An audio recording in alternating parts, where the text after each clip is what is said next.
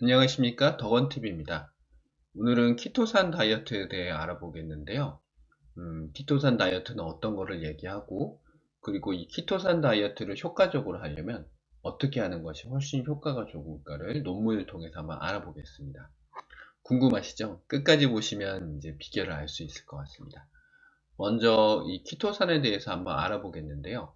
우리가 보통 키토산이라고 불리는 것은 정확하게 이야기하면 폴리글루코사민이라는 게 이 키토산의 정확한 명칭입니다.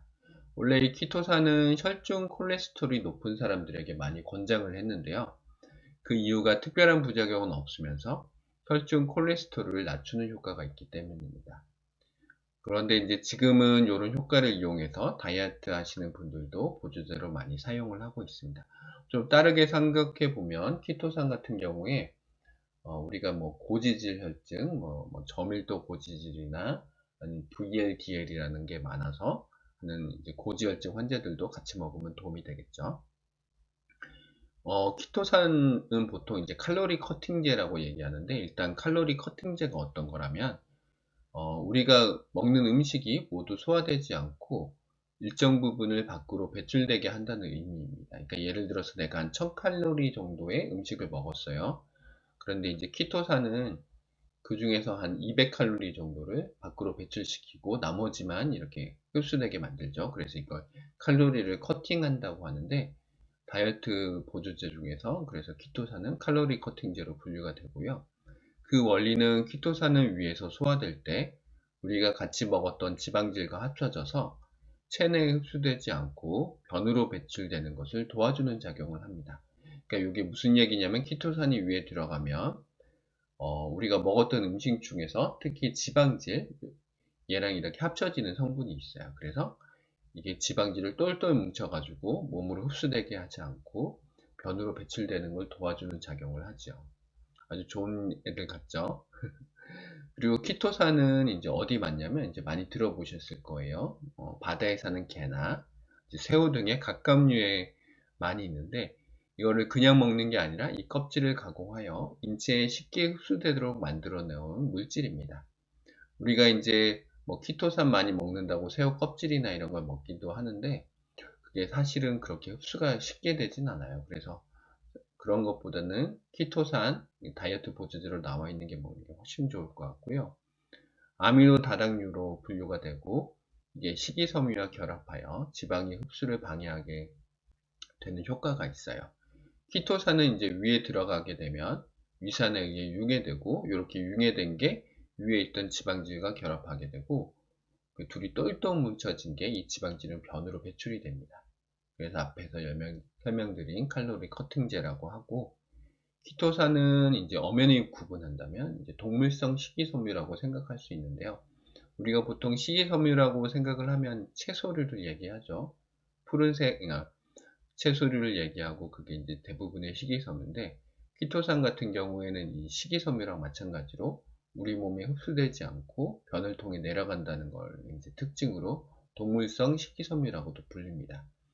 각각류의 껍질에서 이제 추출하기 때문에 각각류는 동물이죠. 그래서 동물성 식이섬유라고 하고요. 그래서 우리가 이걸 먹으면 우리 배가 소화가 안 된 느낌을 가지게 됩니다. 그러니까 속이 더부룩한다던가 하는 식으로 이제 그런 식으로 하죠.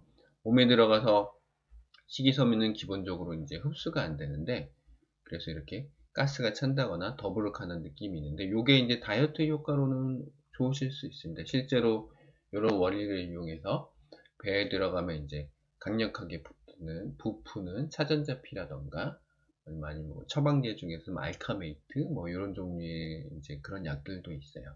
그런 것들이 배를 빵빵하게 만들죠. 그럼 우리가 속이 더부룩하면 본능적으로 밥을 안 먹게 됩니다. 그래서 이런 것도 부가적으로 도움이 되고요.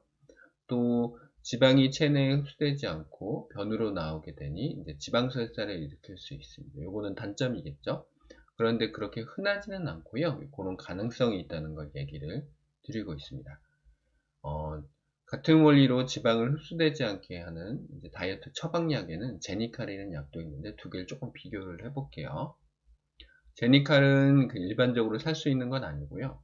그 병원에서 처방전이 있어야 돼요. 그러니까 처방받아야 하는 다이어트 약인데 요게 이제 어떤 원리냐고 하면 제니칼 자체가 우리 몸에서 먹은 음식 중에서 지방을 흡수되지 못하게 하고 변으로 지방질을 빼는 작용을 해요. 그러니까 예를 들어서 뭐 회식을 간다던가 아니면 어디서 고기를 많이 먹었을 때 제니칼을 같이 먹으면 지방의 상당 부분이 흡수되지 않고 변으로 빠집니다. 그리고 제니칼은 이제 전문의약품으로 분류된 이유가 있겠죠. 키토산보다 뭐 훨씬 효과가 강력하고요. 그래서 키토산의 경우에 하루에 뭐 두세 번씩 복용하는 걸 원칙으로 하지만 제니칼 같은 경우에는 사실은 제가 봤을 때 매일 복용할 이유는 크게 없는 것 같아요. 뭐 회식을 간다거나 아니면 지방을 많이 먹는 일이 있다면 그때만 복용하는 걸 보통 권유드립니다. 제니칼 자체가 조금 이제 상당히 고가의 약이고 그리고 우리가 뭐 하루 종일 채식만 했어요. 그런 경우에 흡수될 지방이 없겠죠. 그러면 제니칼을 먹는다 그래서 뭐 제거되는 지방이 그렇게 많지 않습니다. 효용성을 봤을 때는 제니칼은 필요할 때만 먹는 게 좋고요. 그리고 그 이유 중에 하나가 제니칼의 가장 심한 부작용이라고 하는 게 자기도 모르게 팬티에 지방변을 지리는 경우들이 있어요. 이게 흔하진 않는데 100명당 한두 명 정도가 갑자기 이제 설사가 나도 모르게 나왔는데 그게 지방이 있는 거죠. 그래서 이거는 그만큼 효과도 강력해서 또 부작용도 오히려 키토산보다는 더 많죠. 그러면 우리 키토산의 실질적 체중 감량 효과를 한번 알아보는데 키토산은 이제 말 그대로 칼로리 커팅제입니다. 그러니까 앞에서 설명한 것처럼 내가 먹은 음식 중에서 일정 부분의 칼로리를 줄이는 효과가 있고요. 다시 말해서 아예 음식을 먹을 때 칼로리를 조절해서 먹는다면 키토산의 효과가 그렇게 크지는 않을 것 같습니다. 그리고 내가 아무리 키토산을 많이 먹는다고 해도 음식 조절 없이 아무거나 먹는다면 키토산이 지방질을 제거해 주는 데는 한계가 있겠죠. 뭐 하루에 3, 4천 칼로리씩 먹는데 이 키토산이 뭐 20% 정도 이제 제거를 해 준다고 해도 뭐 거의 2,000 칼로리, 3,000 칼로리가 넘어가게 되면 더 먹는 것만큼 더 올라가겠죠. 뭐 5,000 칼로리 먹으면 뭐 4,000 칼로리 남는 거고 이런 식으로 생각하실 수 있어요. 그래서 키토산은 다이어트의 메인이 아니라 다이어트의 메인은 이제 음식 조절이에요. 그러니까 어떻게 시키냐가 이제 문제긴 한데 어쨌든 음식 조절 자체를 줄여주는 게 아니라 들어왔던 칼로리를 이제 없애주는 칼로리 커팅제이기 때문에 실질적 체중 감량 효과는 엄청나게 있다고 보진 않아요. 그렇지만 보조제로서는 이제 되게 좋은 원리로 드실 수 있고요. 그리고 건강에도 좋죠. 아까 콜레스테롤 낮춰주니까. 그래서 키토산은 다이어트 메인 품목으로 들어가지 않고 보조제로 취급을 받고요. 내가 운동도 하고 칼로리 조절도 하면서 플러스 알파로 한번 먹어볼 만한 것이 키토산입니다. 그럼 이제 제일 궁금했던 거, 키토산 다이어트 효과를 높이는 방법은 어떤 게 있을까요? 그 최근 논문에 따르면 키토산만 먹는 게 아니라 비타민C를 한 2000mg 정도 같이 복용하면 지방 배출 효과에 시너지가 난다고 하고 있습니다.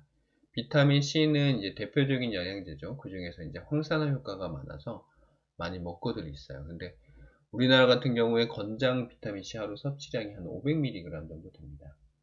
그런데 요거는 이제 일반적으로 그런데 사람들이 먹는 비타민C 용량은 한 1000mg 정도 되고 2000mg이면 상당히 많이 먹는 건데요.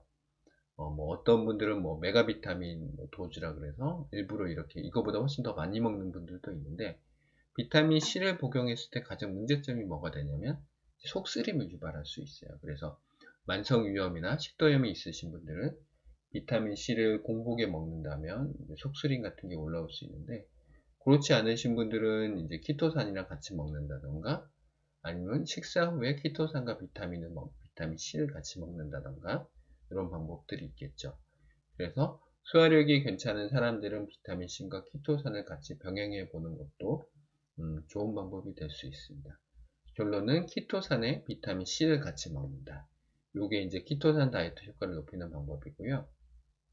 일반적으로 키토산 다이어트라고 얘기하는 이 키토산 다이어트 보조제가 다이어트 보조제 중에서는 상당히 그래도 괜찮은 걸로 평가를 하고 있어요. 그러니까 보통 많이 먹는 이제 다이어트 보조제가 뭐 L카르니틴 이런 게 있고 그리고 뭐 이렇게 몸에서 부풀어 오르는 뭐 홈쇼핑에서도 뭐 그렇게 뭔가 선전 같은 걸 하는데 차전자피 같은 걸 이제 넣어가지고 몸에 들어가서 부풀러서 이제 배를 부르게 한다. 이게 두 개가 이제 많이 하고요.